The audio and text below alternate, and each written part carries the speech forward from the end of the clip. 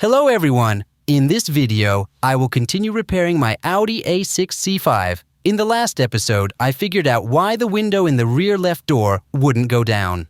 It turned out that the window motor had stopped working. Additionally, there were broken wires in the corrugation that runs from the interior to the door. After fixing the wiring, the last step was to replace the window motor itself. At the auto salvage, I found a slightly different motor, but it had the same part number as the faulty one. So now I'll try replacing the motor with the one I bought, and hopefully the window will finally work.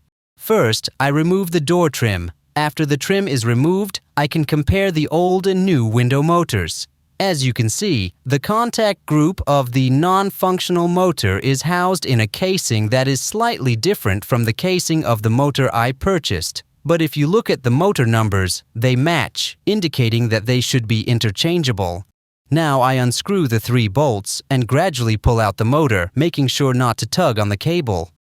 I've removed the motor. As you can see, the rotating shaft of the non-functional motor is slightly different, lacking a protrusion at the base. Next, I install the new motor, making sure all the guides align, and then reattach the 3 bolts.